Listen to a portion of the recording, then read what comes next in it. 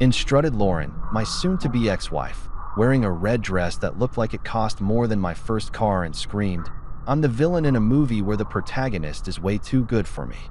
The dress hugged every curve like it was getting paid overtime, and her heels clicked on the hardwood floor with the rhythm of a ticking time bomb.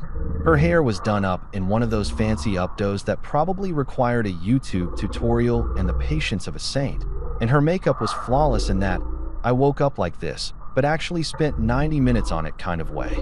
Behind her, trailing like a lost puppy who'd somehow wandered into the wrong house, was Bradley. Ah yes, Bradley. The boyfriend. The side piece. The guy who once borrowed my Callaway golf clubs for a work tournament and returned them 3 months later with mysterious grass stains, a broken 9-iron, and an attitude that suggested I should be grateful he returned them at all. He was wearing a designer sweater that probably cost more than most people's rent, his hair gelled back in that douchey Wall Street way, and he had this grin plastered on his face that made him look like a discount Bond villain who'd been rejected from the audition for being too obviously evil. "Time to pay up," Bradley said, his voice dripping with the kind of smugness usually reserved for people who've never actually earned anything in their lives but think they're God's gift to humanity because they drive a leased BMW and own 3 pairs of expensive loafers. I took another sip of my cocoa, mainly because I needed something to do with my hands that didn't involve throwing said cocoa directly into Bradley's smug face. The marshmallows had melted into little white clouds, and honestly, they were having a better morning than me. Lauren stepped forward, her heels clicking with each deliberate step, and pulled out a shiny red gift bag from behind her back. You know, one of those fancy bags with tissue paper sticking out the top that makes you think you're getting something nice, like a watch or a bottle of expensive bourbon, but instead delivers soul-crushing disappointment. She handed it to me with this little smile that would have been charming if I didn't know it was attached to a woman who'd been sleeping with her work husband for the better part of a year. "Merry Christmas," she said, her voice sweet as artificial sweetener and just as fake. I set down my cocoa, reached into the bag, pushed aside the tissue paper that probably cost $5 on its own, and pulled out a manila folder. Inside were divorce papers, professionally printed, already notarized, and organized with little sticky tabs that said things like "sign here" and "initial here" in case I was too stupid to figure out where my John Hancock was supposed to go.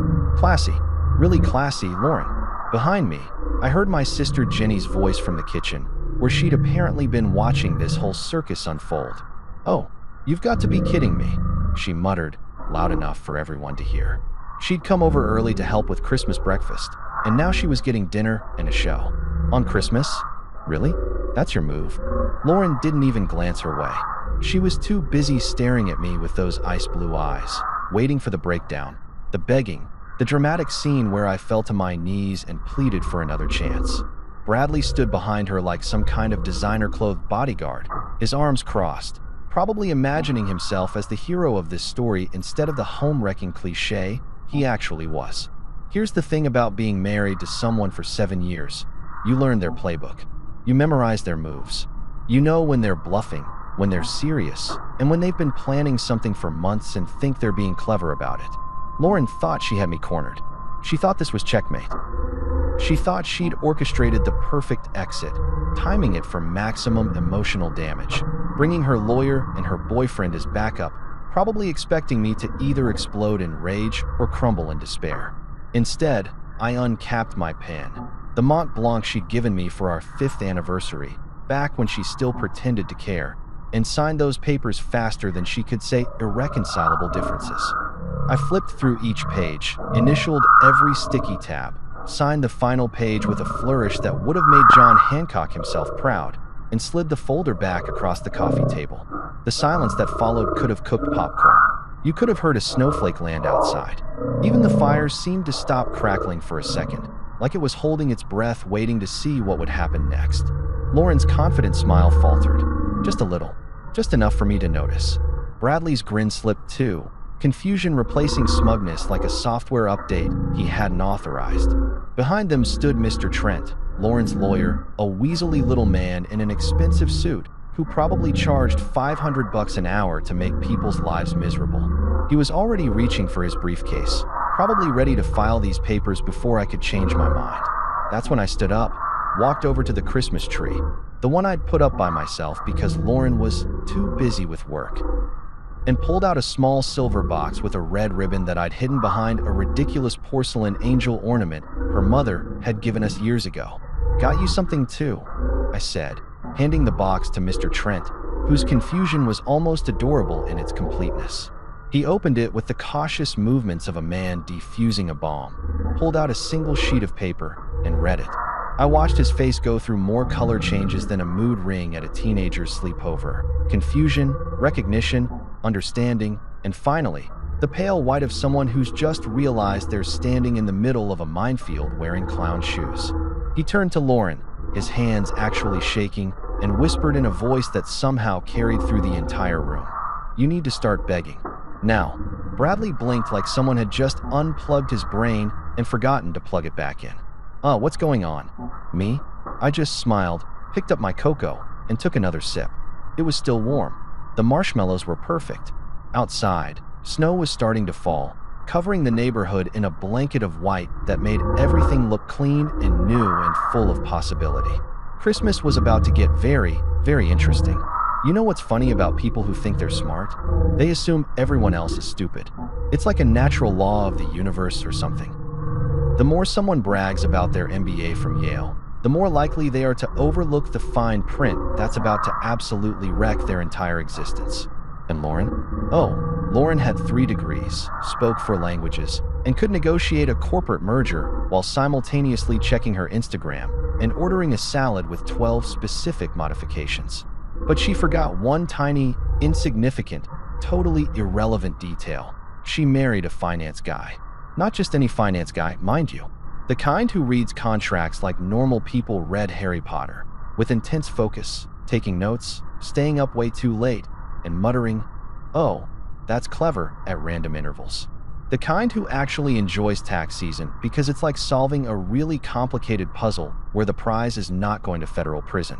The kind who once spent an entire weekend reading through our mortgage documents and found 3 separate errors that saved us $17,000, which Lauren spent on a handbag that looked suspiciously identical to the one she already owned. So yeah, when Lauren decided to play corporate chess with my life, she made one fatal miscalculation. She assumed I'd been sitting around for the last year eating chips and watching sports, completely oblivious to her little extracurricular activities with Bradley the Wonder Douche. Narrator voice. I had not been oblivious. See, about 8 months ago, I noticed things. Little things. The way she started coming home later, smelling like cologne that definitely wasn't mine. And trust me, I know what I smell like, and it's not Ego by Giorgio Armani or whatever Bradley bathed himself in. The way she'd smile at her phone and then quickly flip it over when I walked into the room, like a teenager hiding TikTok from their parents. The way, working late, became her default excuse for everything, even on Saturdays, because apparently corporate emergencies only happen after 7 p.m. and conveniently require Bradley's presence. I'm not an idiot. I know what cheating looks like. I've watched enough true crime documentaries to know that the spouse is always either completely clueless or secretly planning their revenge. I chose option B, so I did what any self-respecting finance nerd would do. I started digging. Not in some creepy stalker way. I'm not hiding in bushes with binoculars like a discount private investigator. No, I went straight to the source that never lies: paperwork. Documents. The boring stuff that makes normal people's eyes glaze over, but makes my heart sing like a caffeinated accountant on audit day. Lauren's company, Whitmore Enterprises, was her baby. Well, technically it was her father's baby that he'd handed over to her 5 years ago when he decided to semi-retire, which apparently meant playing golf 4 days a week and showing up to the office just long enough to terrify junior executives. The company was worth about $40 million, employed 200 people, and had enough bureaucratic red tape to wrap around the earth twice. And buried in that red tape, hidden in the founding documents from 1987, written in that special legal language that makes your brain want to shut down and take a nap, was Clause 7.3. I found it on a Tuesday. I remember because Tuesdays are trash day, and I was taking out the recycling when I thought, you know what sounds fun? Reading 30-year-old corporate bylaws. Ginny, my sister, was right. I really did need more hobbies. Clause 7.3 was beautiful in its simplicity. Basically, it said that if the CEO of Whitmore Enterprises promoted anyone currently under an active ethics investigation by the company's internal compliance department, the board of directors would automatically trigger an emergency leadership vote. No warnings, no second chances, just immediate consequences, like cosmic karma, but with more paperwork. Now, guess what Lauren did 3 months ago? Go on, guess. I'll wait. She promoted Bradley from senior account manager to vice president of strategic development, a title so vague it could mean anything from actually important to we made this up to justify his salary. And guess who'd been under investigation by the compliance department for the last 4 months for allegedly manipulating expense reports and charging personal purchases to the company card? If you guessed Bradley, congratulations. You're officially smarter than my soon-to-be ex-wife. The investigation had been quiet. Hush hush, the kind of thing that gets buried in internal memos and whispered about in break rooms. But it was there, documented, official, and absolutely real. Some intern in accounting had flagged suspicious charges, expensive dinners, hotel rooms, shopping sprees at stores that definitely didn't sell office supplies unless Office Depot started carrying Gucci.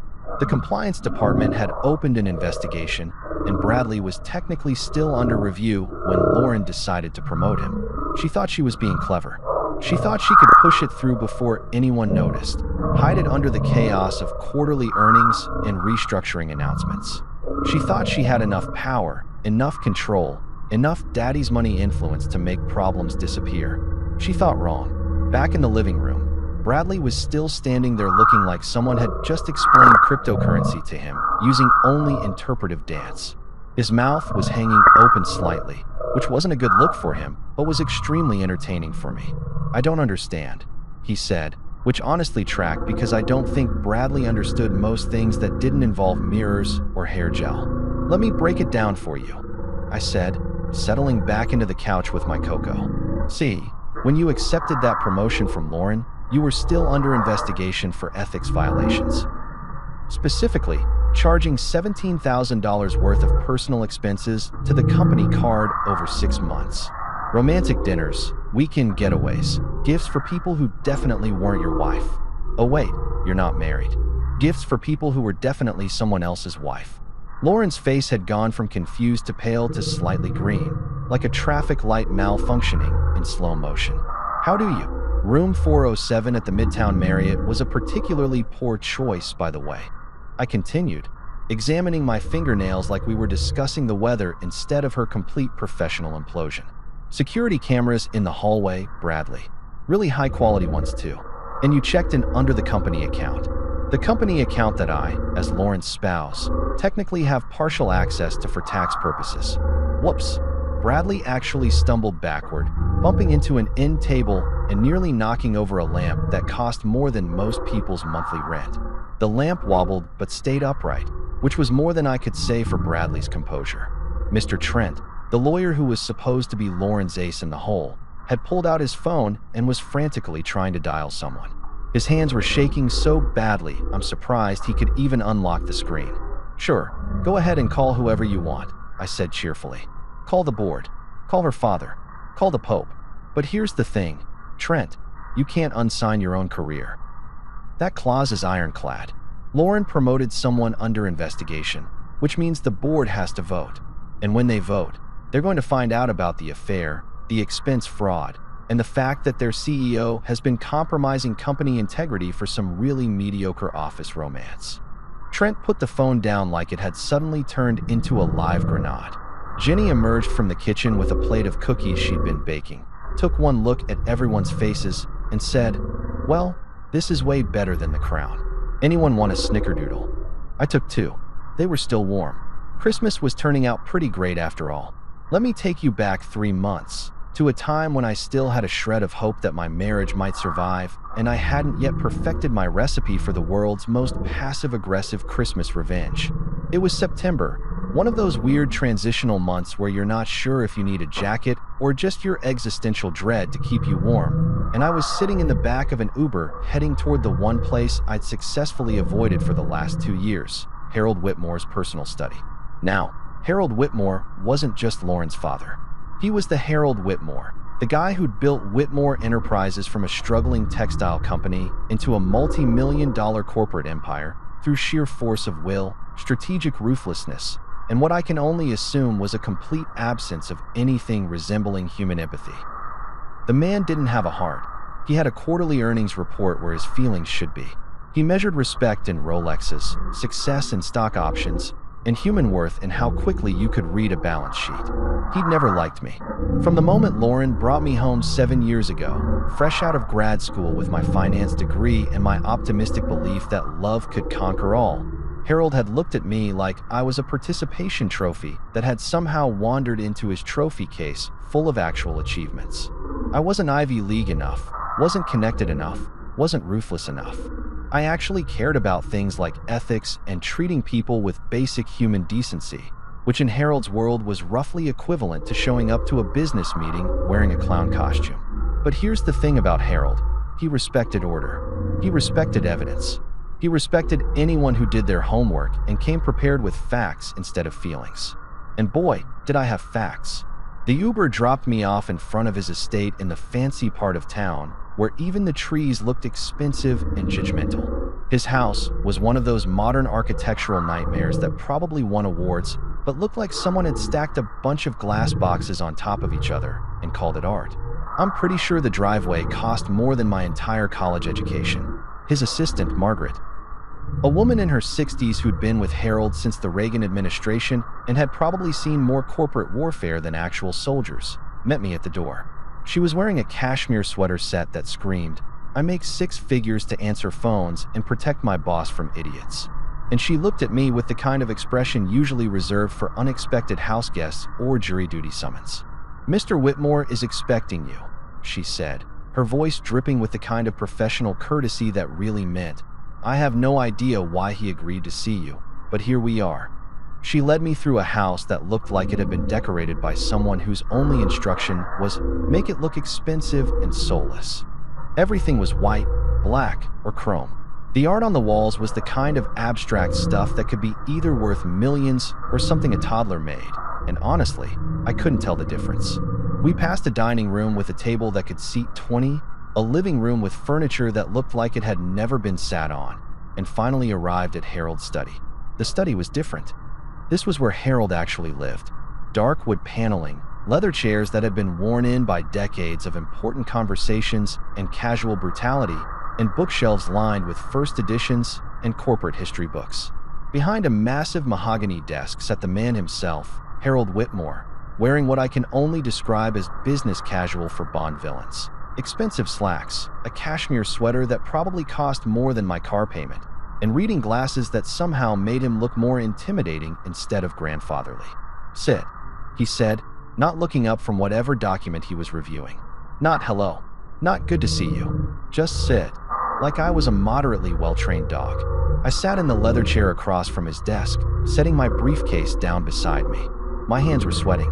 My heart was doing that thing where it forgets how to beat at a normal rhythm and instead decides to audition for a death metal band. This was either going to be the smartest thing I'd ever done or the moment that got me completely cut out of my wife's life and possibly sued into oblivion. Harold set down his document, removed his glasses, and finally looked at me with those cold blue eyes that Lauren had inherited along with his complete inability to express normal human emotions. "You asked for this meeting. I have 12 minutes before a call with Tokyo. Make it count. No pressure or anything." I opened my briefcase and pulled out a folder. Not just any folder. A folder that represented 3 months of my life spent turning into an amateur private investigator / corporate spy / person who definitely needed better hobbies. Inside were photos, receipts, emails, text message screenshots, credit card statements, hotel records, and enough time-stamped evidence to make a detective weep with joy. I slid it across the desk. Harold opened it without ceremony, flipped through the pages with the casual efficiency of someone reading the morning newspaper, and showed absolutely zero emotional reaction. He looked at photos of his daughter and Bradley having dinner at restaurants I couldn't afford. He read text messages that would make a romance novelist blush. He examined expense reports that showed a pattern of fraud so obvious it was almost insulting. He reviewed hotel check-in records, restaurant receipts, shopping sprees, Weekend getaways, all documented, all undeniable, all paid for with company money. When he finished, he closed the folder, set it aside, and did something I absolutely did not expect. He poured 2 glasses of whiskey from a crystal decanter that probably cost more than my annual salary. He slid one across the desk to me. "She's gotten sloppy," he said, his voice completely neutral, like we were discussing quarterly projections instead of his daughter's affair and corporate fraud. I took the whiskey because when a man like Harold Whitmore offers you a drink, you take it. The whiskey was smooth, expensive, and burned in exactly the right way. Probably 50-year-old Scotch or something equally ridiculous. "I didn't come here to destroy her," I said, which was partially true. Mostly I came here because I was out of options and Harold was the only person who had more power than Lauren in this situation. "No," Harold agreed, taking a sip of his own whiskey. "You came here because you're smart enough to know that I care more about the company than I care about family drama. You came here because you want me to fix this before it becomes a public embarrassment." He wasn't wrong. Harold stood up, walked over to an antique safe hidden behind a panel in the bookshelf. Because of course he had a hidden safe. This wasn't his first corporate intrigue rodeo, and pulled out a sealed envelope. It was fancy, the kind with a wax seal that had the Whitmore Company crest pressed into it, all official and ominous looking. He handed it to me. "This is Clause 7.3, he said, "buried in the founding documents. If she disgraces this family, if she compromises the integrity of this company, you deliver this to the board. She won't see it coming." I stared at the envelope like it was radioactive. "I'm not your hitman." Harold actually smiled. It wasn't a warm smile. It was the smile of a shark that had just spotted something wounded in the water. "No," he said. "You're worse. You're thorough." He wasn't wrong about that either. That envelope went straight into my fireproof safe when I got home, tucked right next to our wedding album and my last ounce of patience. And there it stayed, waiting for exactly the right moment. Turns out, that moment was Christmas morning. While I was sitting by my fireplace sipping scotch and watching Lauren's lawyer have what I can only describe as a full-body panic attack in real time, something absolutely magical was happening across town at Whitmore Enterprises headquarters. And I say magical in the same way a train wreck is magical. You can't look away, it's absolutely terrible, and someone definitely should have seen it coming. See, that little silver box I'd given to Mr. Trent? It didn't just contain information about Clause 7.3. It contained a pre-written formal complaint to the board of directors, complete with references to specific sections of the company bylaws, documentation of Bradley's ethics investigation, proof of Lauren's knowledge of said investigation, and a timeline of events that made it crystal clear this wasn't an accident or oversight. This was deliberate, calculated, and precisely the kind of thing that makes corporate boards lose their collective minds. And Mr. Trent, being the overpriced lawyer he was, had a legal obligation to deliver that complaint to the board immediately upon receipt. It was right there in the fine print of his retainer agreement with Whitmore Enterprises. Any formal complaint regarding potential CEO misconduct had to be reported within 1 business hour of discovery. Failure to do so would result in disbarment, massive fines, and probably a lengthy prison sentence for obstruction of justice or whatever lawyers go to jail for when they're bad at lawyering. So while Lauren was standing in my living room trying to figure out how her perfect divorce ambush had gone so spectacularly sideways, Mr. Trent was furiously typing on his phone, sending emergency notifications to every board member like he was trying to warn people about an incoming asteroid. The board of Whitmore Enterprises consisted of 12 people, and I'd done my homework on every single one of them. There was Margaret Shunn, the CFO who'd been with the company for 20 years and had exactly 0 patience for nonsense. Robert Davidson, the operations director who ran the company's day-to-day like a military general who'd had too much coffee. Patricia Holbrook, the head of compliance who probably woke up every morning hoping to catch someone violating policy so she could flex her bureaucratic muscles. And 9 other executives who all had one thing in common. They cared way more about the company's reputation and their own stock options than they cared about protecting Lauren's feelings. Within 30 minutes of Mr. Trent sending his emergency notifications, all 12 board members had been summoned to an emergency meeting. And because this was a potential CEO misconduct situation, the meeting had to be held immediately, on-site, with no exceptions. Company policy. Harold had written it himself back in the 90s after some scandal I was too young to remember, but had definitely read about in my deep dive through company history. Lauren, still standing in my living room looking like someone had just told her Santa wasn't real and also he was pressing charges, received a text message. I watched her pull out her phone, read it, and go through approximately 17 different facial expressions in the span of 5 seconds. Confusion, disbelief, anger, more confusion, panic, that specific shade of pale that people get right before they either throw up or pass out or both. "I have to go," she said, her voice tight. "Hot date?" I asked innocently, taking another sip of my cocoa. The marshmallows were completely melted now, but honestly, that's when cocoa is best. She didn't answer.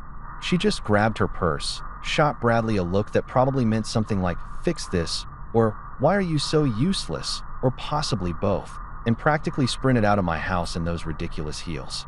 I heard her car start in the driveway, the engine revving way harder than necessary, and then the screech of tires as she peeled out like she was auditioning for Fast and Furious, Corporate Fraud Edition.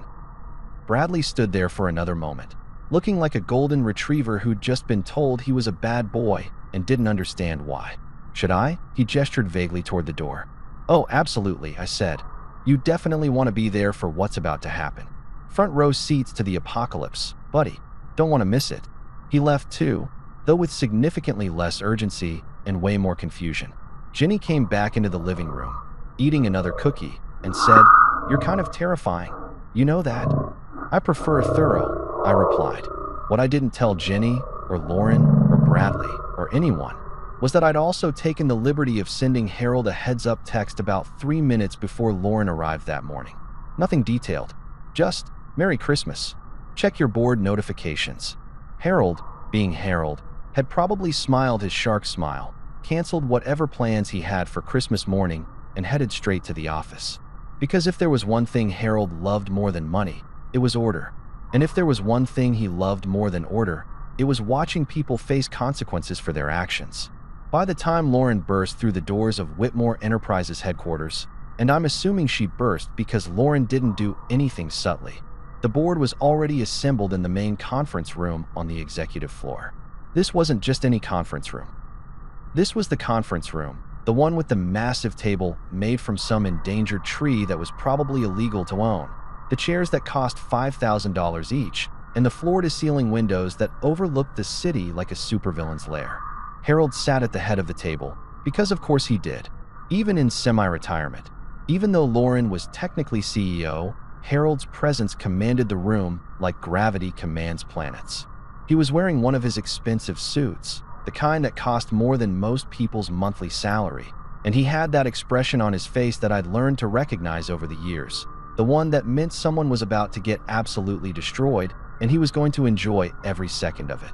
Lauren, according to what I heard later from my source on the inside, Margaret the assistant, who I'd been very nice to over the years and who appreciated someone who actually said please and thank you, came into that conference room looking like she'd just run a marathon in heels. Her hair, previously perfect, was windblown. Her makeup had that slightly smudged quality that comes from stress sweating in a luxury car. Her red dress, still gorgeous, now seemed less powerful villain and more person who's just realized they're actually the victim in this story. Patricia Holbrook, the head of compliance and a woman who I'm pretty sure had ice water running through her veins instead of blood, stood up and began reading from a document. Her voice was clear, professional, and absolutely merciless. The complaint had been received. The clause had been triggered. Bradley's ethics investigation was detailed in excruciating specificity. Every fraudulent expense, every suspicious charge, every hotel room and dinner and shopping spree. Then came the part about his promotion, dated exactly 3 weeks after the investigation had officially begun, signed by Lauren herself, approved without consulting the board or compliance. Lauren tried to interrupt. "This is ridiculous. I can explain." Harold didn't even look at her. He just raised one hand slightly, and the room went silent. That's power. That's the kind of control you get when you've spent 40 years building an empire and everyone knows you could destroy their career with a single phone call. "The board will now vote," Patricia continued, "on the immediate termination of Bradley Morrison's employment and the temporary suspension of CEO Lauren Whitmore, pending a full investigation into potential ethics violations and breach of fiduciary duty. One by one, hands went up around the table.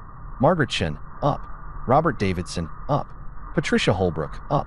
Every single board member raised their hand like they were in elementary school, and the teacher had just asked who wanted extra recess. 12 hands. Unanimous vote. No discussion necessary. Bradley's employment was terminated effective immediately. His key card, which he'd apparently tried to use to get into the building about 5 minutes earlier, had already been deactivated. Security was probably escorting him out right now, carrying his box of personal belongings, which I'm guessing consisted mostly of hair products and protein powder. Lauren was suspended, pending investigation, which in corporate speak meant, you're probably fired, but we have to pretend there's due process. And Harold? Harold sat there sipping water from a crystal glass like he was watching his favorite soap opera, which I guess he technically was. Somewhere in the building, an HR intern definitely whispered, "Oof." Merry Christmas indeed. Back at my place, I was settling into what I can only describe as the most relaxing Christmas morning I'd had in years. Jenny had made herself comfortable on the other end of the couch, feet tucked under her, scrolling through her phone and occasionally looking up to say things like, "You're my hero," and "I can't believe you actually pulled this off," and "Mom's going to lose her mind when she finds out." My mom. Right. That was going to be a fun conversation. Helen Morrison, the woman who'd spent the last 7 years convinced that Lauren was the best thing that ever happened to me, who'd overlooked every red flag like they were just festive decorations, who defended Lauren's busy work schedule and career ambitions like she was running for sainthood instead of running a company into ethical bankruptcy. Mom was going to need several glasses of wine and probably a stress ball to process this one, but that was a problem for later. Right now, I was living in the moment, and the moment was pretty damn spectacular. My phone buzzed. A text from a number I didn't recognize, but the message made me smile. Security just escorted someone out carrying a box of hair gel and a framed photo of himself. Thought you'd want to know. Margaret. Beautiful, efficient, quietly vindictive Margaret, who'd been Harold's assistant for 30 years and had probably seen more corporate drama than Netflix could produce in a decade. I'd sent her a fruit basket last Christmas when Lauren forgot, and apparently, that small gesture of human decency had bought me a corporate spy. Life lesson: always be nice to assistants. They know everything, see everything, and will absolutely choose sides when things go nuclear. I texted back, "You're invited to my New Year's party." Her response was immediate. "Will there be champagne?"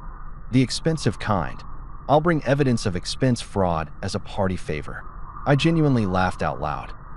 Margaret was savage, and I respected that immensely. Jenny looked over. "What's so funny? Bradley just got escorted out of the building by security, carrying a box of his personal belongings like he's in a movie about corporate failure." Jenny snorted. "What did he even keep at the office?" "His collection of mirror selfies.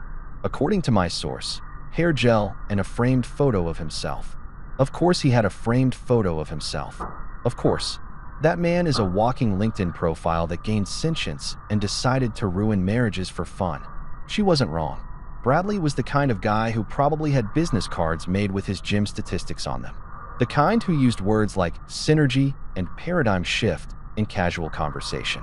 The kind who thought wearing expensive clothes made him interesting instead of just expensive. He was basically if a motivational poster came to life, got a gym membership, and developed a personality disorder. My phone buzzed again. This time it was a longer message from Margaret. Board meeting concluded. Unanimous vote.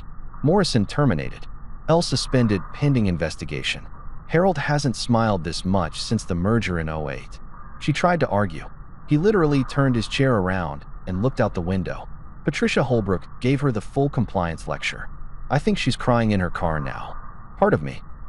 A very small, rapidly shrinking part that still remembered our wedding day and honeymoon in Italy and the way she used to laugh at my terrible jokes. Felt bad. Like, maybe I went too far bad. Like, this is someone's daughter and I just orchestrated her professional destruction bad. But then I remembered the divorce papers wrapped in a gift bag. I remembered Bradley's smug grin. I remembered a year of lies, late nights, mysterious expenses, and the complete disrespect of thinking I was too stupid or too complacent to notice. I remembered her parading her affair partner into our home on Christmas morning like she was presenting a prize instead of a homewrecker. Yeah, the guilt evaporated pretty quickly. Jenny was watching me with that expression siblings get when they know exactly what you're thinking. Don't, she said. Don't what? Don't feel bad. She literally tried to divorce bomb you on Christmas with her boyfriend standing there like some kind of smug backup dancer. She made her choices. You just made sure those choices had consequences. When did you become so wise? I've been wise. You just usually don't listen because you're too busy trying to be the good guy. She threw a cookie at me. It bounced off my chest and landed on the couch. Stop being the good guy. Be the guy who protects himself. Be the guy who doesn't let people treat him like a doormat with a 401k. I ate the cookie. It was still delicious. My phone rang. Actual phone call, not a text. The caller ID said Dad. Oh boy. My father, Richard Morrison, the most drama-verse human being on planet Earth, a man who once left a restaurant because the couple next to us was arguing too loudly, was calling me on Christmas morning. This could only mean one thing. Word had spread. I answered. Hey Dad, your mother just got a call from Helen Whitmore. His voice was carefully neutral, the tone he used when he was trying very hard not to have an opinion about something that clearly required opinions. She's concerned. I bet she is. She says Lauren is very upset. Something about the board and Bradley, and you giving her lawyers some kind of document that caused problems. Problems is one way to describe corporate fraud and ethics violations, yeah. There was a long pause. Then, did you actually do what I think you did? Depends. What do you think I did? Outsmarted everyone, documented everything, and waited until exactly the right moment to blow up your wife's entire professional life as revenge for her cheating on you with her coworker. Then yes. Yes, I did. Another pause. Then, quietly, good. I nearly dropped the phone. My father, the man who once apologized to a telemarketer for wasting their time, the man who felt guilty returning items to stores even with receipts, the man who'd never said a harsh word about anyone in his entire life, just said, good, about me orchestrating someone's career destruction. Really? I asked. Son, I've watched you bend over backwards for that woman for 7 years. I've watched you compromise, accommodate, and excuse behavior that would have made me pack my bags after 6 months. I've watched her treat you like you were an accessory instead of a partner. And I've kept my mouth shut because you seemed happy, or at least content, and who was I to interfere? He took a breath. But what she did today, coming into your home with that man, on Christmas, handing you divorce papers like a party favor? That's cruel. That's intentionally cruel. So yeah, good. I'm proud of you. My throat felt tight. My eyes might have been slightly watery. Damn cookies were making me emotional. Definitely the cookies. Thanks, Dad. Your mother wants to know if you're coming to dinner. Is she going to yell at me? Probably. But I'll make sure there's extra pie. I'll be there. We hung up. Jenny was looking at me with that knowing expression again. Dad's on your side? Dad's on my side. Miracles really do happen on Christmas. Outside, snow continued to fall. My phone kept buzzing with texts from people I hadn't heard from in months. Apparently news of Lauren's boardroom spectacular had spread faster than holiday gossip at a family reunion. My cocoa was cold now, but I didn't care. For the first time in a year, I felt like I could actually breathe. There's something poetic about watching someone realize they've been outmaneuvered, and by poetic, I mean the kind of schadenfreude-filled poetry that would make Shakespeare stand up and slow clap from beyond the grave. That night, around 9 p.m., I was sitting in my home office. Well, my home, my office, legally and officially mine in every possible way, working on absolutely nothing important, but pretending to be busy because it made me feel productive. I had a glass of whiskey that was probably too expensive for a Tuesday night, some jazz playing softly in the background because apparently I'd become that guy, and my laptop open to a spreadsheet that I was definitely not actually reading. That's when I heard it. The sound of a car pulling up to the gate, then stopping, then the electronic beep of someone entering a code, then silence, then another beep, more silence, then a series of increasingly frantic beeps that sounded like someone was playing a very stressful game of electronic Simon Says and losing badly. I walked over to the window, careful to stay back far enough that I wouldn't be immediately visible, and looked down at the driveway. Lauren's Mercedes was sitting at the gate, headlights cutting through the darkness, and I could see her silhouette in the driver's seat jabbing at the keypad like it had personally insulted her family. The gate, being an inanimate object with no feelings and an updated access code, remained completely unmoved by her efforts. Jenny, who decided to crash at my place for a few days because apparently my life had become more entertaining than cable television, appeared next to me with a bowl of popcorn. Actual popcorn. She'd made popcorn specifically for this moment. "Is that?" she started. "Yep. And the code. Changed it this morning, right after I changed the locks. You're my hero. You know that, right?" We watched as Lauren got out of her car, slammed the door with enough force to probably dent it, and marched up to the gate in those ridiculous heels she always wore even though our driveway was gravel and completely inappropriate for stilettos. She grabbed the bars of the gate and shook them like she was in a Victorian prison drama, which honestly wasn't that far off from reality at this point. Then she started honking. Not short, polite honks. Long, aggressive, I'm having a complete meltdown honks that probably woke up every neighbor within a 3-block radius. Mrs. Henderson next door was definitely going to have opinions about this at the next HOA meeting, and I was absolutely going to let her express every single one of them. "Open this gate." Lauren screamed into the darkness, her voice carrying across the yard with the kind of projection that suggested she'd missed her calling as a theater major. "I live here. This is my house." Technically incorrect on both counts, but I appreciated the confidence. She pulled out her phone and started making calls. I'm assuming to the police, based on the way she kept gesturing dramatically and pointing at the gate like it was a defendant in a courtroom. "Good luck with that one, Lauren."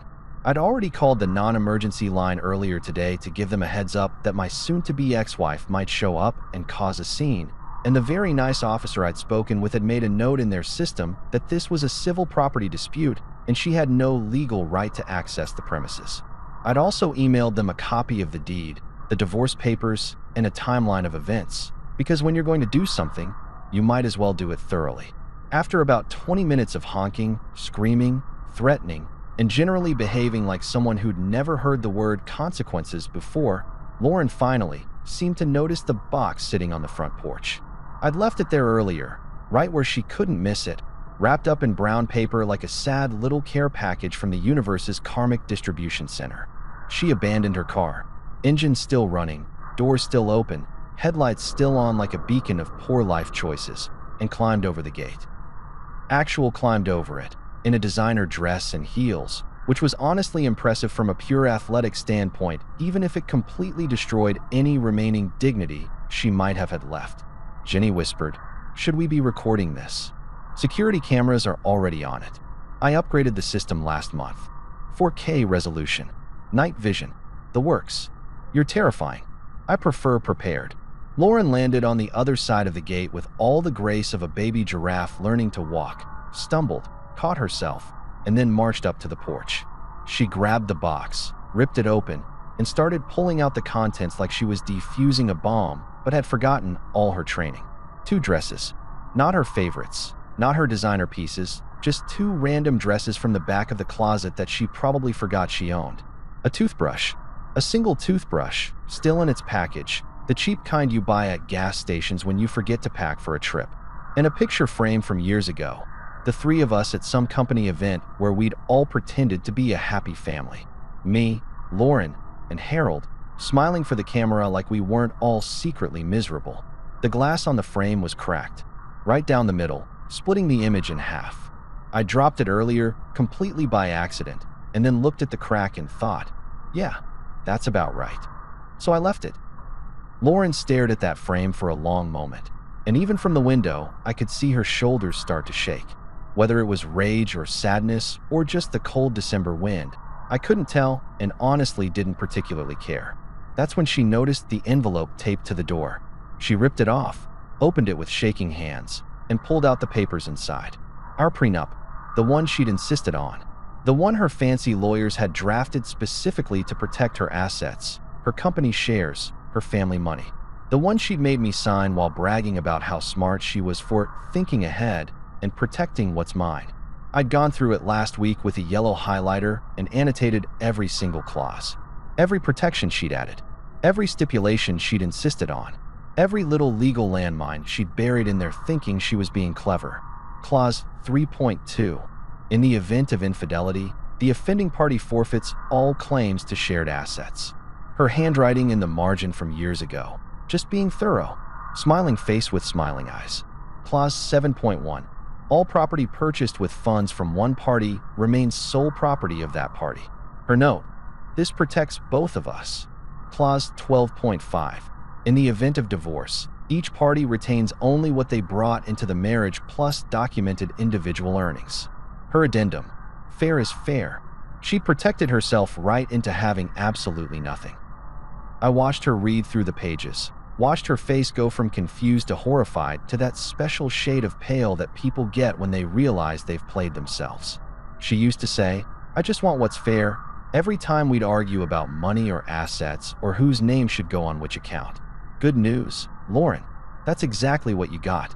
She looked up at the house, and for a second I thought she might see me standing at the window. But I'd already stepped back into the shadows, glass of whiskey in hand, feeling more at peace than I had in years. Outside, the wind picked up, scattering the papers from the box across the lawn. Inside, I raised my glass to the window. "Merry Christmas, Lauren. Next time, read the fine print. If you've never watched someone's entire social life implode in real time through the magic of the internet, let me tell you, it's like watching a building get demolished in slow motion. Except the building is made of carefully curated Instagram posts and LinkedIn endorsements, and the demolition crew is just thousands of strangers with smartphones and way too much free time." The next morning, I woke up to discover that Lauren had apparently spent the entire night trying to do damage control, which is kind of like trying to put out a forest fire with a spray bottle full of gasoline. I made coffee. Good coffee. The expensive beans I'd hidden from Lauren because she always complained they were too pretentious, while simultaneously drinking $7 lattes that tasted like liquefied candy.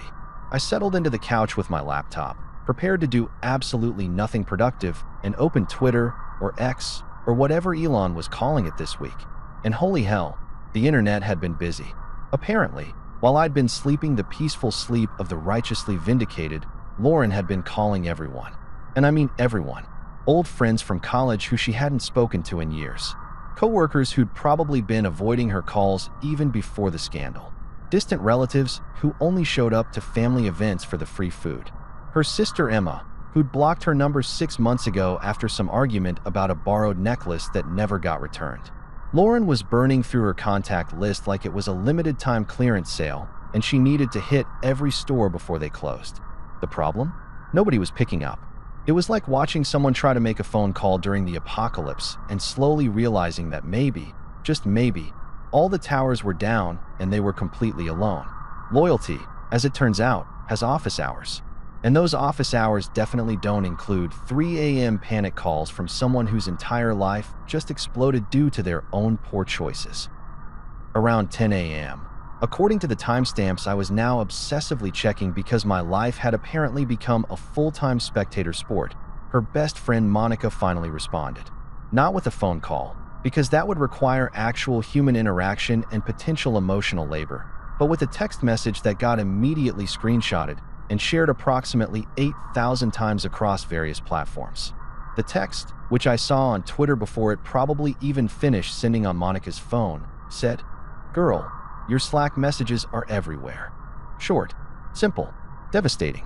The kind of message that contains entire universes of "oh no" compressed into 6 words. Jenny came downstairs in her pajamas, took one look at my face, and said, "What happened? Did someone die?" "Better," I said. "Someone's reputation died." I turned the laptop toward her. She read for approximately 15 seconds before her mouth fell open in a way that would have been comical if it wasn't attached to pure, unfiltered shock. "Oh my God. Oh my God. Are these real? Every single one." See, those private Slack messages that Lauren had been having with Bradley for months? The ones where they'd been coordinating their affair, planning their future, and generally behaving like teenagers who'd just discovered texting? Yeah, those weren't so private anymore. Someone, and I'm not saying who, and I'm definitely not saying I had anything to do with it, because I absolutely didn't, had leaked the entire conversation history. Every message, every emoji, every "can't wait to see you" face blowing a kiss, and "thinking about last night" fire, and my personal favorite, the messages where she'd referred to me as the old furniture that she was ready to donate to Goodwill. But wait, there's more. Because Lauren wasn't just your garden variety cheater. No, she was an ambitious, strategic, remarkably stupid cheater who'd also been discussing financial plans with Bradley. Specifically, plans for how she was going to gut the estate and leave me with nothing. Her words, actual direct quote. She'd typed them out in Slack, probably thinking the messages would disappear or no one would ever see them, forgetting that the internet is forever and IT departments exist. There were messages about hiding assets, messages about manipulating the divorce settlement, messages about how she'd already talked to lawyers about making sure I'd be too broke to fight back, messages about selling property that she didn't actually own, messages where she called me pathetic for not noticing the affair sooner, messages where she and Bradley literally laughed about how clueless I was. The internet was having an absolute field day. Twitter threads were being written that rivaled doctoral dissertations in length and detail. Reddit had at least 4 different threads going with titles like "Corporate CEO Caught Cheating and Committing Fraud" and "The Most Satisfying Divorce Revenge Story You'll Read Today." TikTok influencers were making reaction videos where they read the messages out loud with increasingly dramatic gasps. Someone had already made a Spotify playlist called "Songs for When Your Wife Calls You Old Furniture," and it was trending. Her PR team, the expensive one she'd hired after becoming CEO, the one that cost more per month than most people's mortgages, quit. Not quietly, not professionally. They released a statement that basically said, "We cannot and will not represent someone whose actions are indefensible, and also she hasn't paid our last invoice." Classy, accurate, devastating. Her investors, the ones who'd poured millions into Whitmore Enterprises based on her reputation and leadership, started fleeing like rats from a sinking ship. Except in this case, the ship wasn't sinking due to an iceberg. It was sinking because the captain had deliberately drilled holes in the hull while texting her boyfriend about it on company Slack. By noon, 3 major investors had publicly announced they were withdrawing their support. By 2 p.m., that number had jumped to 7. By evening, her company's stock had dropped 23% and was in free fall. The business news networks were covering it like it was the financial scandal of the decade. CNBC had a segment titled, "When CEOs Go Bad." A cautionary tale. Bloomberg wrote an editorial about corporate governance and ethical leadership. Forbes published an article analyzing how quickly a reputation can be destroyed in the digital age, using Lauren as their primary case study. And the comments. Oh God, the comments. Thousands upon thousands of people who'd never met Lauren, never heard of Whitmore Enterprises, didn't care about corporate drama, were all suddenly united in their absolute fascination with watching a privileged CEO get exactly what she deserved. Play stupid games, win stupid prizes appeared at least 400 times across various platforms. Gaslight, gatekeep, girlboss failed became a trending hashtag. Someone made a meme using that photo of the woman yelling at the cat, except they'd photoshopped Lauren's face on the woman and mine on the cat, with captions about prenups and fine print. My personal favorite comment, which had been liked over 50,000 times on Twitter, said, "Imagine calling your husband old furniture and then finding out he's actually a chess grandmaster and you've been playing checkers this whole time." Jenny looked up from her phone, where she'd been scrolling through the carnage with the kind of intensity usually reserved for binge-watching murder documentaries. "Did you leak this?" "Nope." "Did you have someone else leak it?" "Also nope. But you knew it would leak." I took a sip of my coffee. I didn't stop it from leaking. That's not the same thing as making it leak. That's some serious mental gymnastics right there. I prefer to call it passive archiving. I'm simply allowing information to exist in its natural state. Can I help it if that natural state is extremely public and embarrassing for certain people who should have been more careful about what they typed in allegedly private chat rooms? You're genuinely terrifying, and I mean that as the highest compliment. Thank you. Around 4 p.m., Lauren posted something on her own social media, a Notes app screenshot, the universal white flag of people whose lives are falling apart online. It said something about misunderstandings and taken out of context and my truth, and a bunch of other phrases that mean absolutely nothing but sound vaguely sympathetic.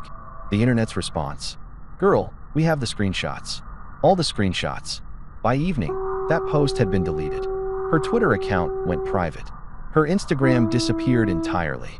Her LinkedIn, the last bastion of professional respectability, showed her status as between opportunities, which is corporate speak for unemployed and unemployable. I didn't leak anything. I swear. I just didn't stop the leak. And really, is there a difference? That's not petty. That's passive archiving. And honestly, the internet was doing God's work. You know you've really screwed up your life when even your lawyer, the person you're literally paying hundreds of dollars an hour to defend you no matter what, decides that association with you is more damaging than the income you provide. That's the legal equivalent of a doctor taking one look at your symptoms and saying, "Yeah, I'm going to refer you to someone else because whatever you've got going on is above my pay grade and possibly contagious." 3 days after the great Slack message apocalypse, Lauren's fancy attorney finally made contact. Quentin Pierce, the guy whose name sounded like a character from a legal thriller who wears suspenders and says things like "Objection, Your Honor" in a really dramatic voice. He was one of those lawyers who had his own Wikipedia page, graduated from Harvard Law, and charged more per hour than most people make in a week. His office was in one of those glass skyscrapers downtown that looked like it was designed by someone who'd never heard of the concept of warmth or making people feel comfortable. Lauren had hired him 6 months ago, back when she was still convinced she was the smartest person in every room and thought having an expensive lawyer was the same as having an unbeatable legal strategy. She'd bragged about him at dinner parties. "Quentin Pierce is representing me," she'd say, dropping his name like it was supposed to make people bow down or something. "He's never lost a divorce case. Never." Well, Quentin, buddy, there's a first time for everything. I wasn't there for the phone call, obviously, but Jenny had a friend who had a friend who worked at Quentin's firm, because apparently the universe had decided that my sister was now my personal intelligence network, and the details that filtered back to me were absolutely delicious. Better than the Italian food we'd ordered for lunch. Better than the bourbon I was sipping. Better than literally anything I'd watched on Netflix in the past year. According to the rumor mill, which I was choosing to believe because it was too perfect not to be true, Quentin called Lauren on a Wednesday afternoon. She'd been holed up in some budget hotel, not even a nice hotel, which must have killed her, probably living off room service and denial. She answered on the first ring, probably desperate for any communication from anyone who wasn't actively mocking her on the internet. "Lauren," he'd said, his voice carrying that particular tone of professional detachment that doctors use when they're about to deliver really bad news. "I'm withdrawing as your counsel." Lauren, according to my sister's friend's friend who was absolutely eavesdropping, and God bless them for it, laughed. Actually laughed. Like she thought it was a joke. Like Quentin Pierce, Harvard Law graduate and professional hardass, was suddenly developing a sense of humor in the middle of the biggest case of her life. "On what grounds?" she'd asked, still chuckling, probably thinking she had some kind of leverage, or that her family name still meant something, or that money could fix this particular problem. Quentin's response was immediate, cold, and absolutely perfect. Existence. Just that. One word. Existence. The legal equivalent of "I can't" even compressed into a single devastating syllable. The laughter stopped. Jenny's source said you could hear the exact moment Lauren realized he wasn't joking. The silence on the line apparently lasted long enough to be uncomfortable, like when you accidentally make eye contact with a stranger for too long and both of you are trying to figure out how to escape the situation. "You can't just quit," Lauren had said, her voice rising in that particular way it did when she was about to lose her temper. I'd heard that tone approximately 8,000 times during our marriage, usually right before she'd blame me for something that was definitely not my fault. "I'm paying you. You work for me."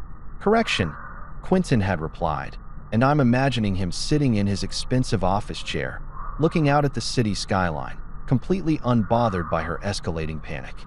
"You were paying me, past tense, and I worked for you under the assumption that your case had merit and that representing you wouldn't damage my professional reputation beyond repair." "What are you talking about?" "I'm talking about the files, Lauren. I read them. All of them. The Slack messages where you detailed plans to commit fraud. The expense reports showing misappropriation of company funds. The emails discussing asset concealment. The text messages proving premeditated infidelity and conspiracy to deprive your spouse of marital assets." Should I continue? More silence. The kind of silence that probably echoed. "I can explain." "You can't," Quentin interrupted. And here's the thing that you don't seem to understand. Despite having 3 college degrees and allegedly being a business genius, you didn't lose to him. You lost to yourself. That line right there, that was the chef's kiss of this entire conversation. The moment where a man who'd spent his entire career defending morally questionable people in divorce proceedings looked at Lauren's case and said, "Nope, this one's too far even for me." Jenny's source said that Quentin had then mentioned me, or more specifically, mentioned my lawyer. "Your husband hired Elias Finch," he'd said, and apparently there was something in his voice that suggested this was very bad news. Now, I hadn't actually told anyone except Jenny about Elias Finch yet, mainly because I'd only officially hired him 2 days ago, and partly because I was enjoying keeping that particular card close to my chest. But Elias Finch had a reputation in legal circles the same way that great white sharks have a reputation in the ocean. People knew his name. People feared his name. People told stories about his cases the way sailors tell stories about sea monsters. His nickname in the legal world, and I absolutely loved this, was the guillotine. Not because he was French, not because he was particularly violent, but because when Elias Finch took a case, heads rolled. Metaphorically speaking, he specialized in high-stakes divorces where one party had significantly wronged the other, and his win rate was something like 94%. The other 6% had settled out of court for terms so favorable to his clients that they might as well have been wins too. He was expensive. Not Quentin Pierce expensive, but you need to really want revenge to afford this expensive. He drove a Tesla, wore suits that cost more than used cars, and had an office that looked like it belonged in a movie about corporate takeovers. He also had a policy of only taking cases where he believed his client had been genuinely wronged, which meant that if Elias Finch agreed to represent you, it was basically a stamp of approval that said, "Yes, you are the victim here and your spouse is definitely the villain." I'd met with him last Monday, walked into his office with 3 bankers' boxes full of documentation. The prenup, the Slack messages, financial records, emails, text messages, photos, receipts, and about 40 other pieces of evidence that painted a very clear picture of exactly what kind of person Lauren was and exactly what she'd been doing for the past year. Elias had spent 2 hours reviewing everything. Didn't say much.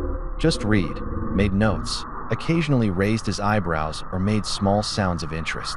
When he finished, he'd looked up at me with these sharp gray eyes and said, "This is the most well-documented case of marital fraud I've seen in 15 years. When do we start?" That was it. No moral hemming and hawing. No, "Are you sure you want to go this route?" No attempts to encourage reconciliation or meditation or any of that therapeutic nonsense that some lawyers try to push. Just pure, professional acknowledgement that Lauren had screwed up spectacularly and I had the receipts to prove it. Back to the phone call. Quentin had apparently told Lauren, Elias Finch doesn't lose. More importantly, he doesn't take cases unless he's absolutely certain his client is in the right. The fact that he's representing your husband tells me everything I need to know about the merits of your position. So what am I supposed to do? Lauren had asked, and Jenny's source said she sounded like she was crying. Actually crying. The woman who never cried at movies, who called emotional displays unprofessional, who'd once told me that crying was manipulative weakness. That woman was apparently sobbing on the phone with her soon-to-be former lawyer. "I genuinely don't know," Quentin had said. "Find another attorney. Hope they don't read the news. Pray that your husband is more merciful than the evidence suggests you deserve. But Lauren, you need to understand something." "What?" "The prenup you insisted on, the one you were so proud of, it protects him now. The clause about infidelity forfeiting claims to assets, that's enforceable. The documentation about individual property ownership, that's ironclad. You structured this agreement to protect yourself, and instead you built the cage you're now locked in. You did this to yourself. And then, and this is my favorite part, the detail that made me actually laugh out loud when I heard it. Quentin Pierce hung up mid-sentence while Lauren was trying to respond. Just ended the call. Pressed the button. Decided that whatever she was about to say wasn't worth the oxygen it would take to listen to it. When your lawyer hangs up on you faster than your boyfriend ran when things got complicated, that's when you know the credits are rolling on your life story and you're definitely not the hero. I raised my glass of bourbon to the ceiling. "To Quentin Pierce," I said, "a man who knows when to abandon ship." Jenny clinked her glass against mine. "And to the guillotine." "To the guillotine," I agreed. This was going to be fun. There's a special kind of humiliation that comes from having a government employee, someone making 40 grand a year, who probably brings leftover meatloaf for lunch, deliver news that completely destroys your entire understanding of reality. It's the bureaucratic equivalent of getting knocked out by a middle schooler in front of your friends. Embarrassing doesn't even begin to cover it. I heard about Lauren's courthouse adventure through my new favorite source of information, Margaret, Harold's assistant, who apparently had connections everywhere, including the county clerk's office, because she'd worked there 20 years ago and still had lunch with half the staff. The woman was basically a one-person intelligence agency, and I was seriously considering putting her on retainer. Lauren had shown up at the courthouse on Thursday morning, probably after spending 3 days researching emergency legal procedures on Google and convincing herself she'd found some loophole that would save her. She was wearing what Margaret's friend described as business casual, but make it desperate. A blazer that probably cost $1,000 paired with jeans, like she couldn't decide if she was going to a job interview or a breakdown, so she split the difference. She'd marched up to the property records desk with the kind of confidence that only comes from being wealthy your entire life and genuinely believing that rules are suggestions for poor people. The clerk working that day was a guy named Dennis, mid-50s, been working for the county for 30 years, had probably seen every kind of property dispute imaginable, and was thoroughly unimpressed by all of them. "I need to file an emergency claim," Lauren had announced, sliding some papers across the counter like she was making a drug deal in a movie. Dennis, according to Margaret's source, had looked at the papers with the enthusiasm of someone being asked to explain their job for the 1,000th time. "What kind of claim?" "On my house. My husband changed the locks and I need immediate access to my property." Dennis had nodded slowly, typed something into his computer with the hunt and peck method that all government employees seem to use, and pulled up the property records. He'd stared at the screen for a moment, squinted, clicked a few things, squinted again, and then done that thing that people do when they're about to deliver bad news and aren't quite sure how to phrase it. "Ma'am," he'd said, with the kind of patience usually reserved for explaining things to very small children or very confused tourists, "your name isn't on the deed." Lauren had frozen. Complete statue mode. The kind of stillness that comes right before either violence or tears, with no in-between options. "What do you mean my name isn't on the deed? We live there. That's my house." Dennis had turned his monitor around. Something he probably wasn't technically supposed to do, but was definitely doing anyway, because this was getting interesting and his shift didn't end for another 4 hours. "See here? The property is solely owned by..." He'd squinted at the screen. "Your husband. Has been for the last 3 years." "That's impossible. I would have known. I would have had to sign something." "You did sign something, ma'am." Dennis had clicked through a few more screens, pulled up a document, and pointed at a signature with a pen that was attached to the desk by one of those sad little chains. "That's your signature on a disclaimer deed from 3 years ago. October 15th, 2022. Notarized and everything." Lauren had leaned in, stared at the screen, and I imagine her brain had started doing that Windows error sound on repeat. Because yes, that was definitely her signature. I remembered that day clearly. We'd been refinancing the house to get a better interest rate, and the mortgage broker had suggested putting it solely in my name because my credit score was higher and it would save us about $200 a month. Lauren had been busy, distracted, already mentally checked out of our marriage, though I hadn't known it yet, and she'd signed the disclaimer deed without really reading it because she trusted me to handle the boring stuff. She used to mock me for that, actually, for being the one who handled all the paperwork, who read every document, who saved every receipt, and filed everything in color-coded folders that she called obsessive and unnecessary. She'd roll her eyes when I'd ask her to review things before signing. "Just handle it," she'd say. "That's what you're good at." Guess who was laughing now? Hint, he wears flannel, drinks mid-tier whiskey, and apparently had been playing 4D chess while everyone else was playing checkers. "But I live there," Lauren had repeated, her voice getting higher, more desperate. "I've lived there for 7 years." Dennis had given her the look. "You know the one. I'm sorry your life is falling apart, but I literally cannot help you because that's not how property law works. Look, ma'am, residency and ownership are 2 different things. You may have lived there, but you don't own it. And if the owner has asked you to leave..." He'd trailed off, letting the implication hang in the air like bad cologne. The death stare Lauren had given that poor clerk, according to my sources, could have melted steel. Dennis didn't deserve it.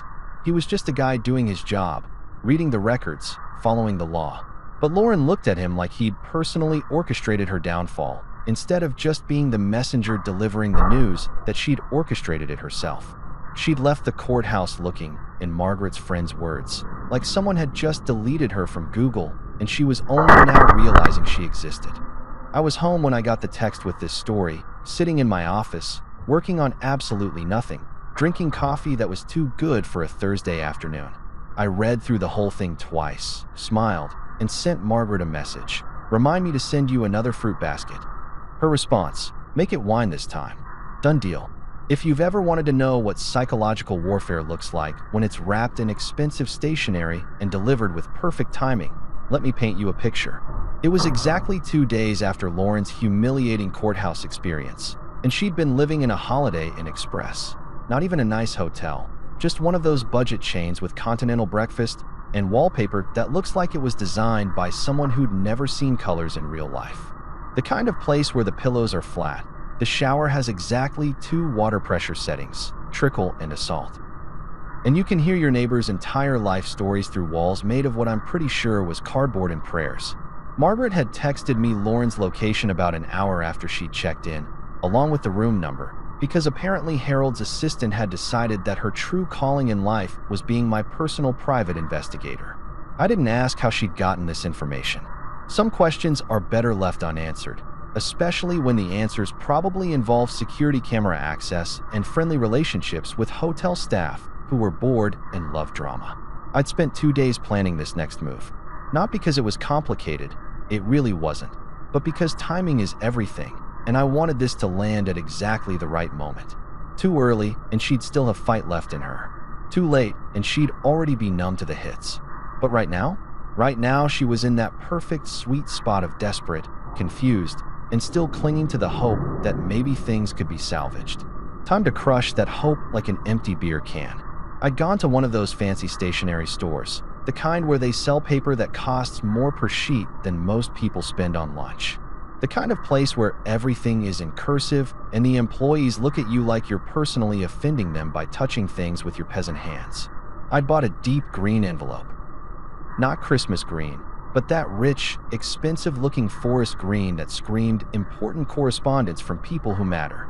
I'd also bought a matching card with creamy white cardstock that probably cost $15 and felt like it was made from angel wings and the tears of pretentious poets. Then I'd gone home and gotten creative.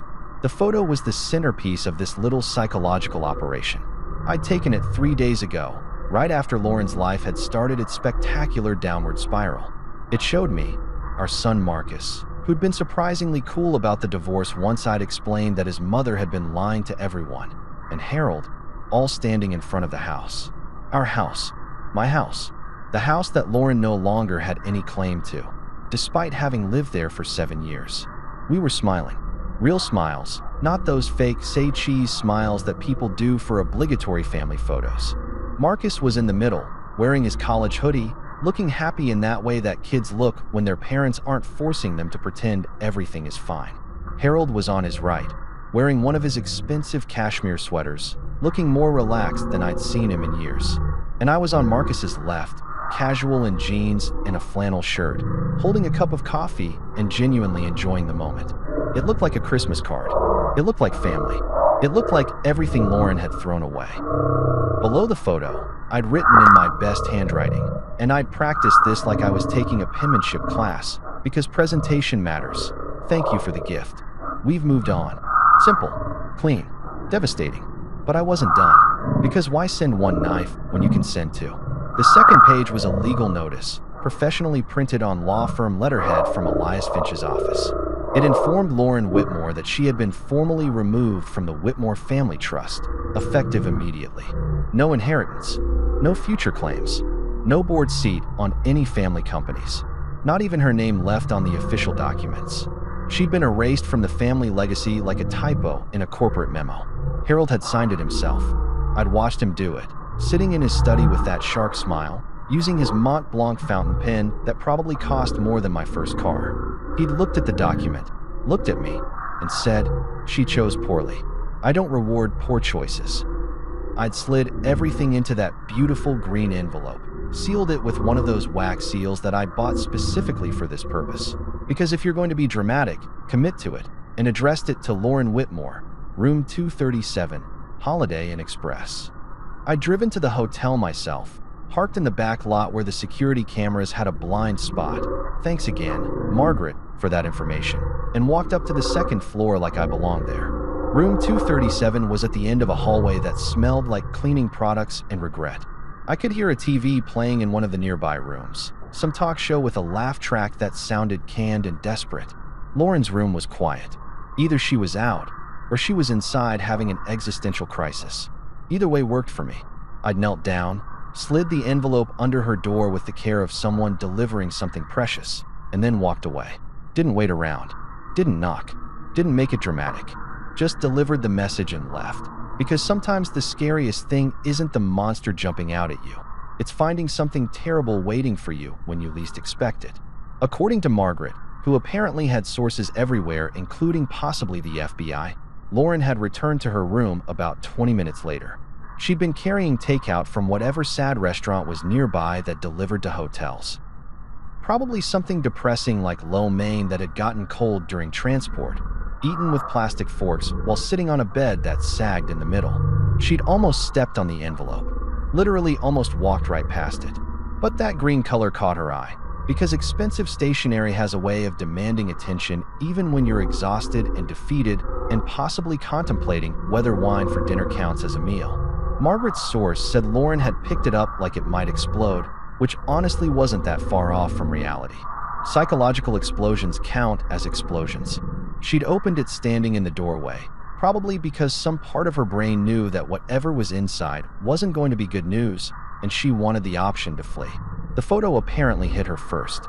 Me, Marcus, Harold, smiling in front of the house. The house she used to think of as hers. The family she used to be part of.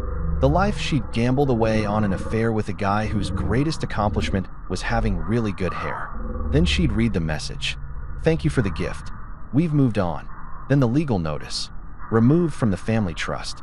Inheritance gone. Board seat gone. Everything that came with the Whitmore name gone.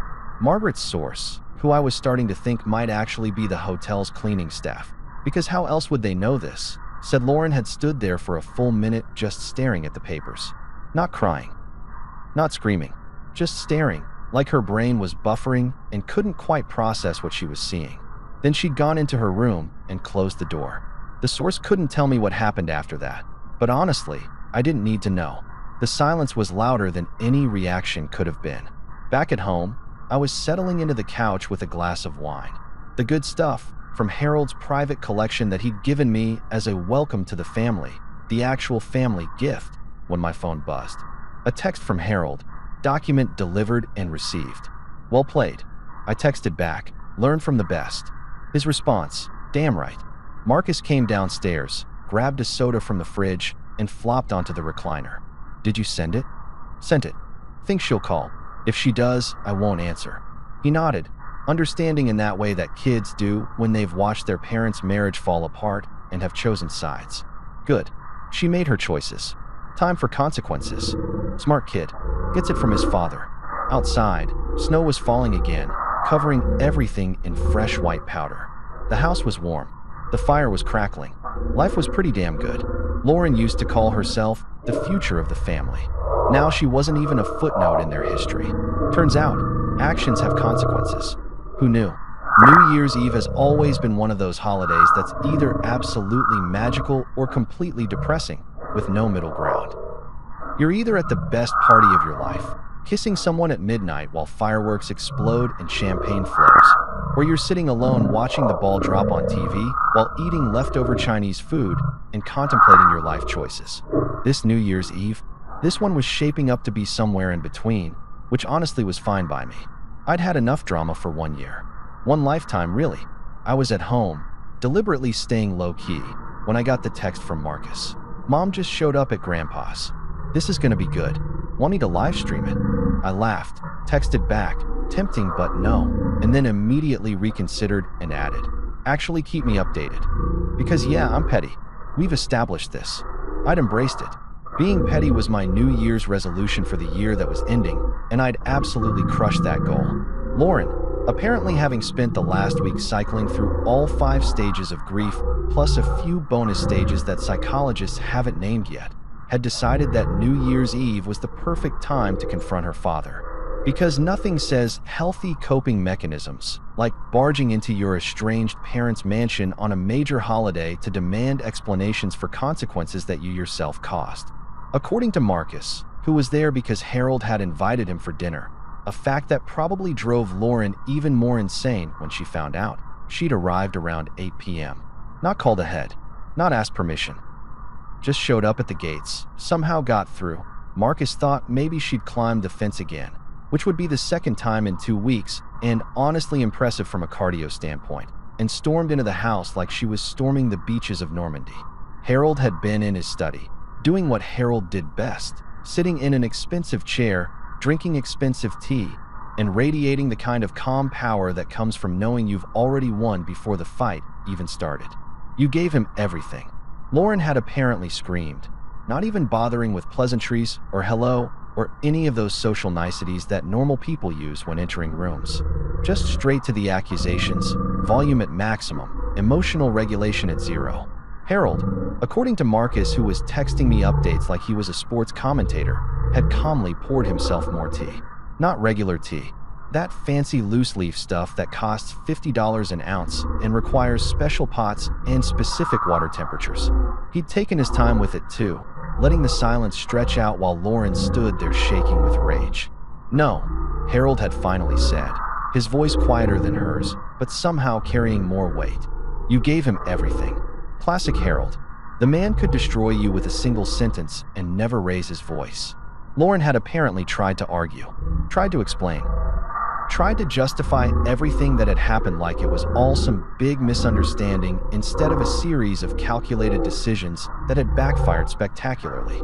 She'd blamed me for being vindictive, blamed Bradley for being incompetent, blamed the board for being disloyal, blamed everyone except the one person actually responsible for the mess. Harold had let her talk, just sat there, sipping his tea, letting her exhaust herself the way you let a toddler tire themselves out during a tantrum. When she finally ran out of steam, when her voice got hoarse and her arguments got circular, Harold had set down his teacup with a soft clink against the saucer. "I didn't choose him over you," he'd said. "I chose dignity." That one hurt. Marcus said he could see it land, see Lauren physically recoil like the words had actual weight behind them. "He's manipulative," she'd started. "He's thorough," Harold interrupted. "There's a difference. You married a man who never raised his voice. You should have asked yourself why." And there it was. The truth she'd been avoiding for who knows how long. "I didn't win by being louder or meaner or more aggressive. I won by being patient, by being thorough, by doing my homework while everyone else was winging it. I won by reading the fine print that everyone else ignored.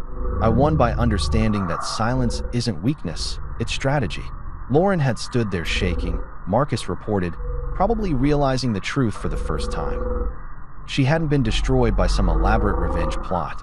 She'd signed her own defeat into existence, one decision at a time, one ignored warning at a time, one moment of thinking she was smarter than everyone else at a time.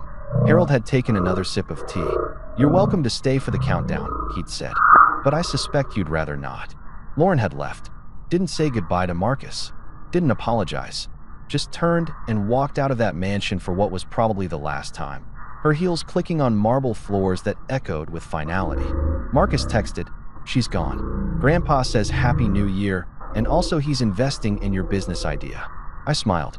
Harold and I had talked about a consulting firm I'd been considering. Apparently corporate warfare looked good on my resume. As midnight approached, I stood by the window with a glass of whiskey, the expensive kind now, because I could afford it, and watched fireworks start to explode across the city skyline. Somewhere out there, Lauren was probably alone, probably devastated, probably finally understanding what she'd lost. I raised my glass to the window. "Merry Christmas, Lauren," I said quietly to the night. "And Happy New Year. Next time, read the fine print." The fireworks exploded in showers of gold and silver. My phone buzzed. "Jenny, Happy New Year, you magnificent bastard." "Marcus, fireworks, New Year, new life, old furniture is thriving." Harold, well played. See you Monday to discuss business.